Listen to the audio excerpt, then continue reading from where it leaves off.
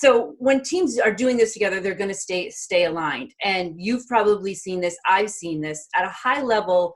How does a founder, how does an executive tell when there's alignment happening and when there isn't alignment happening? And really, what can they do about it as a first step? Yeah, I mean, a lot of times the way the metrics are talked about, right, is you can see in a meeting where there's metrics and there's holes in the way people are talking about it, or marketing shows this really great chart of everything looking green and the sales numbers look like this, right? So when you see these just disjointed numbers, that's a good clue.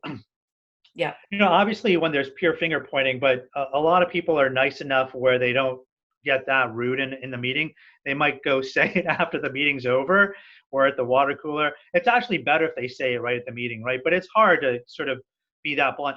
The reality is actually when you hear people raise it in a constructive way, even though that feels like there's friction, that's actually good. That shows that there's alignment.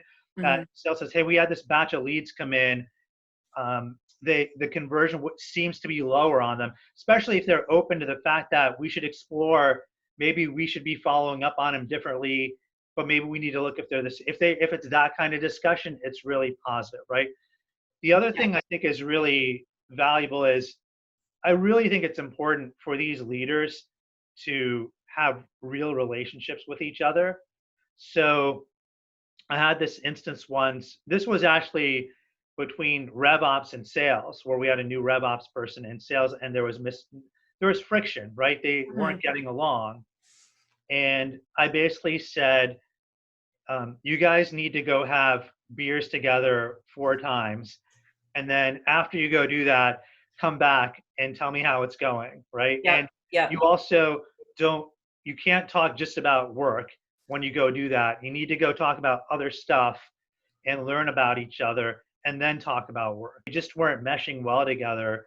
And but when they really got to know each other, and they worked a little differently, right? Like once they saw, oh, you work like this, I work like this, but we're both good people, and now we know it.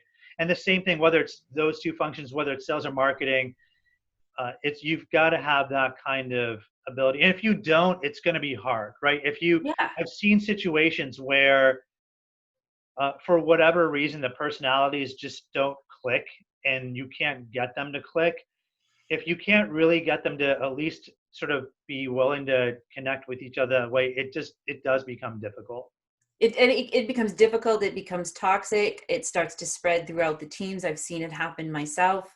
And I think it's really important to, as a leader, as a CEO, as a founder, to look at, what is the emotional intelligence of our teams? What's the level of empathy, those soft skills that we really need to develop now, I think, just as much as ever.